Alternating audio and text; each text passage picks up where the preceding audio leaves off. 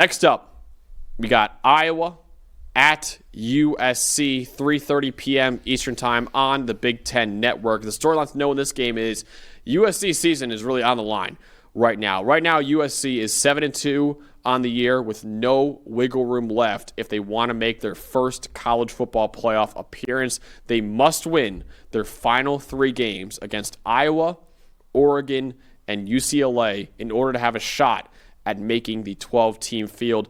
Now, Iowa's own playoff hopes, they ended this past weekend to Oregon in a devastating loss for the Hawkeyes, a game in which the Hawkeyes were winning until the final 3 seconds of that game when Oregon kicked the game-winning field goal.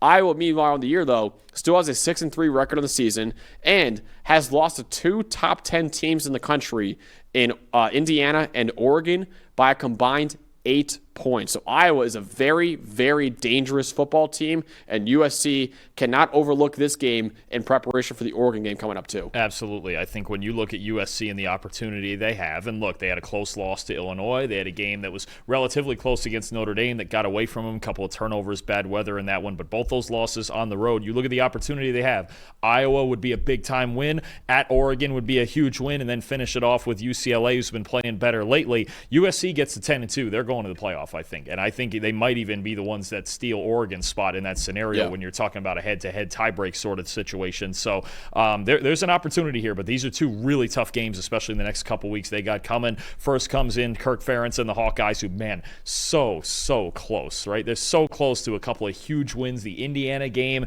when, Fernando Mendoza, that's another one he pulled out of his back pocket. And then last week against Oregon, Dante Moore just making the throw of his season in that game. But Iowa's come really close. They're still a big-time threat with a great defense and a really good run game. So you have the USC offense, who has been one of the best offenses in the country this year with Jaden Maiava, Makai Lemon, and all the guys they have offensively. What should we know for them against a great Iowa defense? I mean, as always with Lincoln Riley and any quarterback that he has, it's a dynamic passing game. And what Jaden Maiava has specialized this year in is the deep ball, right? 25 deep completions this season are the second most in the country, the 9th best deep passing grade on the year. That is on 20-plus yard throws. They're getting over the top with Makai Lemon, with Jacoby Lane, with these 2 tight ends that they have. They've got everything they could possibly want in the passing game. But when you're playing this Iowa team, they don't just give away explosive plays. That's not how this works. Of course, they sit back in quarters. They're so fundamentally sound. Phil Parker's got these guys in the right spot all the time. 8th best coverage grade in the nation against deep balls. How about a 25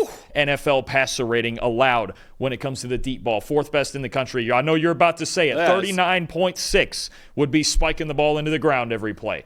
Damn. 25 passer rating allowed against the deep ball. You just don't get over the top on the Iowa Hawkeyes. So Jaden Maiava is going to have to stay patient. Lincoln Riley's going to have to run the football very well with King Miller, because there's times, especially last week against Oregon, where Iowa's run defense has shown some cracks. If you can be physical with them, if your offensive line can play well and set things up in the run game first and put you in a good down and distance situation, then you feel better about yourself. But if you don't run the football early, or if you don't make things happen after the catch early and you're in 3rd and 9, don't start looking to hit home runs on this Iowa team, because it's just not going to happen. Max, they've given up 1 deep completion in the last 3 games. You know what that 1 completion was? The Dante Moore. The Dante Moore earhole throw that looked darn near impossible when you saw it. That's the only deep completion they've given up in the last 3 games. They shut it down deep down the field. They keep it in front of them as good as anybody. They make tackles. They rarely miss tackles. And the other thing that's interesting in the passing game too, you got to match up who's going to win after the catch when USC does get to go underneath, say to Makai Lemon underneath and try to get him in space. USC, 5th in the nation in yards after catch per completion. Iowa's the 3rd best team at preventing yards after catch. So deep ball prevention and tackling are the 2 big things in Iowa's pass defense. If Jaden Maiava can't stay patient and he tries to force it deep downfield against a really good secondary, Xavier Nwankpa and those guys in the secondary, you could see this become an Iowa sort of football game, because that's exactly what they do first and foremost, is prevent explosive plays down the field. Well, yeah, absolutely. So I have the Iowa offense. It's the same thing over and over again. It's about, can USC hold up and run defense against Iowa's elite offensive line? Iowa's had the most dominant offensive line in college football this year. 93.9 offensive line grade this season. That's over 9 points higher than any other offensive line in college football. And the Hawkeyes also lead the country with an 82.9 team run blocking grades. A major reason why Iowa is second in the Power 4 with a 56% run rate this year. So their entire offensive identity is centered around that elite offensive line with guys like Logan Jones at center leading the way, and for Mark Gronowski and their backs to run the ball too. USC has an elite coverage unit, but it's not as stout in run defense right now. The Trojans are only 112th in the country in team run defense grade this year and 115th in yards before contact per attempt allowed, about 2 yards before contact per carry allowed by USC. They would be very, very wise to stack the box on Iowa in this game and trust their fantastic secondary that I believe right now is 7th in the country in team coverage grade.